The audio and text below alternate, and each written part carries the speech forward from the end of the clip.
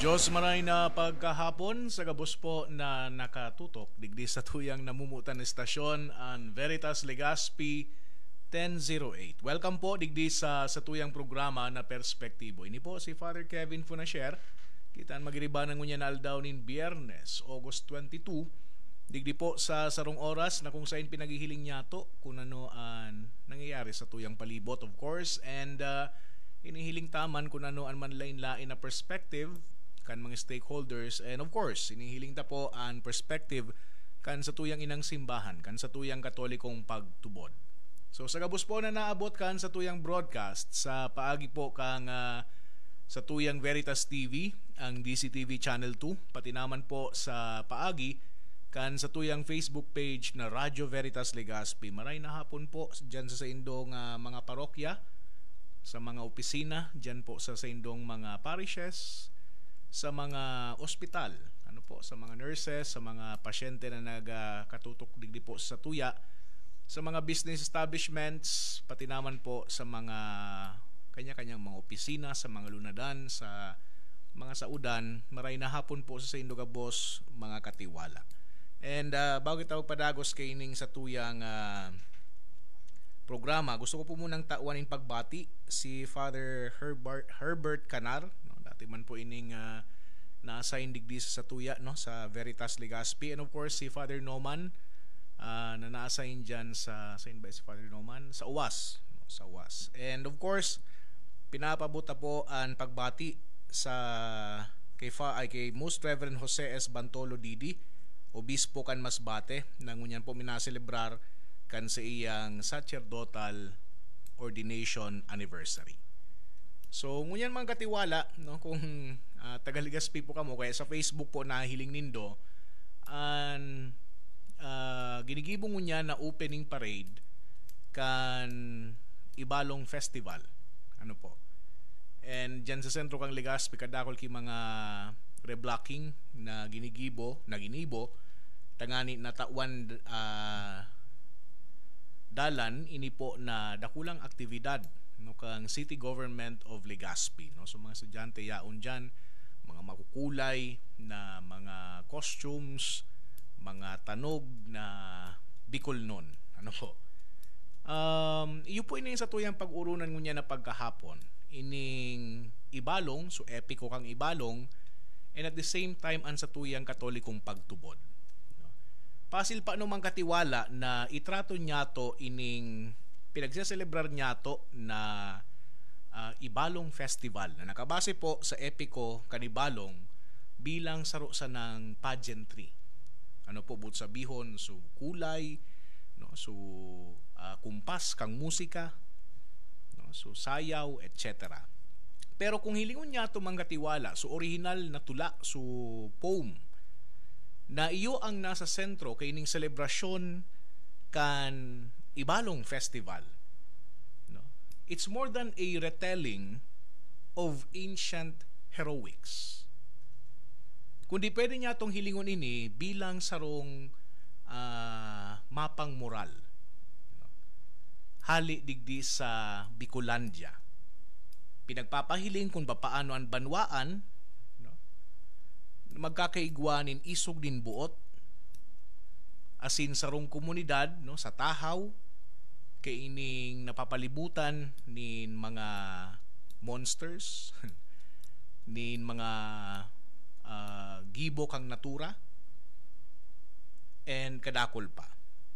Pero kung hilingon niya ito ining mga katiwala sa matakan sa tuyang pagtubod, ang Ibalong igwanin mga values, igwanin mga virtud na perminang pinagpoproklamakan sa tuyang simbahan. Ano yung mga values na ini? Enot dyan, ang dignidad, kan tawo. Itong pangapudan, na magkaigwanin marahay na ugali. Itong paghiro, na pasiring sa pagkakaigwanin hustisya, asin pangangalaga sa palibutan. And of course, supaglaom, na pinapasiring ang gabos na nangyayari na ini sa tuyang palibot, pasiring sa mahal na Diyos. kung ilingon niya to sa mga heroe mangkatiwala kay ning epiko na ini. Ano po kung midbid pa nindo si Baltog, si Hanjong, tapos si Bantong, asin man si Oriol. Ano po? Kasabay na ining setting, no, kan istorya, kan poem. Nagtutok do ini sa tuya nin mga adal. No? Na madadaran niya to, bako sana, no, sa isip, kundi sa pangurwal daw na pagkabuhay. So punan niya to duman mangkatiwala, ano, so heroe na si Baltog. No? Taminabukas ang ibalong epic, digdi kay Baltog. No? Sarong settler na nadiskubre niya dan sarong dakulaon na boar, ano, na si Tandayag, iyo ang nagraraot kan sa iyang mga tinanom. So pinakaenot na ginibo kan heroe duman sa epiko kang ibalong, no, is not actually conquest for conquest's sake, kundi sa pangangalaga kan sa iyang banwaan, no? Magayon nun ini mangkatiwala, no? So ining si Baltog, no, pinaghanap niya itong dakulao na boar. Bako tangani na magkaigwangayanin anting-anting, no? Bako na magkaigwanin pride, no, na siya ngayaan nakadako, bako po, kundi tanganing portihiran, no, sa daga na kung sain, no, iyo ini ang nagpapakaon, no, sa iyang familia, asin sa iyang mga kanatad. So digdi mahiling niya to mangkatiwala ang sarong central na idea sa satuyang kultura or sa tuyang relihiyon, no? That virtue begins not on the battlefield but at the borders of responsibility. Sabi kay ito mangkatiwala ni St. John Paul II, no? The measure of freedom is the capacity to do good, the good that we ought, not merely the good that we want. Kaya kumahiling niya itong mangkatiwala, itong ginibo ni Baltog, so sa iyang kusog, nakabase sa iyang duty. Sarong imahen in prudence. Ano po? Pag sinabi niya itong prudence, it is the right reason in action. Kasabay digdiman so sa iyang sense of justice, rendering each his due. Na warang iba kundi so sa iyang sadiring familia, asin so sa iyang sadiring komunidad. So sa tuyang panahon mangkatiwala, igwa pa man siguro na mga tandayag, no, na less tangible kaysa digdi sa tandayag na dakop ni Baltog, no?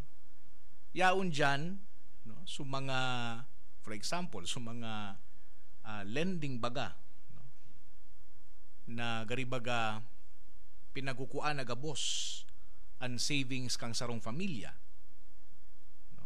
So online culture na pinagraraot ang innocence kan mga aki, or kaya so korupsyon, na minahalon kan public funds. So, ang hapot sa satuya ngunyan, sisay ang magiging Baltog sa modernong panahon. An sa tuyang Catholic morality, pinag-imbitaran kita na maghiro before decay becomes the normal. Na magforma nin mga konsensya capable of naming who this Tandayag is and standing in its path. Kung medyo halangkaw pa yan, pwede niya itong i-represent iyan sa mga modernong what does it look like today. Pwedeng sarong magurang, na nagsasabi na i-off na ang mga cellphones. No, nakaka-apekto na sa pag-aaral kan aki. Sarong maestro o kaya maestra na habo na imanipula ang mga grado kan estudyante. Sarong barangay captain, for example, na pinagpapublish ang lambang sentabo, no, kan budget kung napasain. O kaya sarong professional, no, na mas pinipili ang mag-ibon in honest work kaysa sa easy money. So siring digdi mang katiwala kay Baltog, we start where we stand. And we defend what cultivates the common good. Ano pa ining kadakol pa actually mga katiwala na magpwede niya itong maguno sa magayuno na ining epiko na satuya talaga. Wala, no? Satuyang pagubalik hilingon ta, no? So igwa pa kitang duwang heroe. Ano man ang pwede niya itong maguno, no, sa mga virtud kay ning mga heroes na ini kan satuyang ibalong epic. Diyan sa nakaumang katiwala mabalik kita, makalis kay nagkapirang paisi.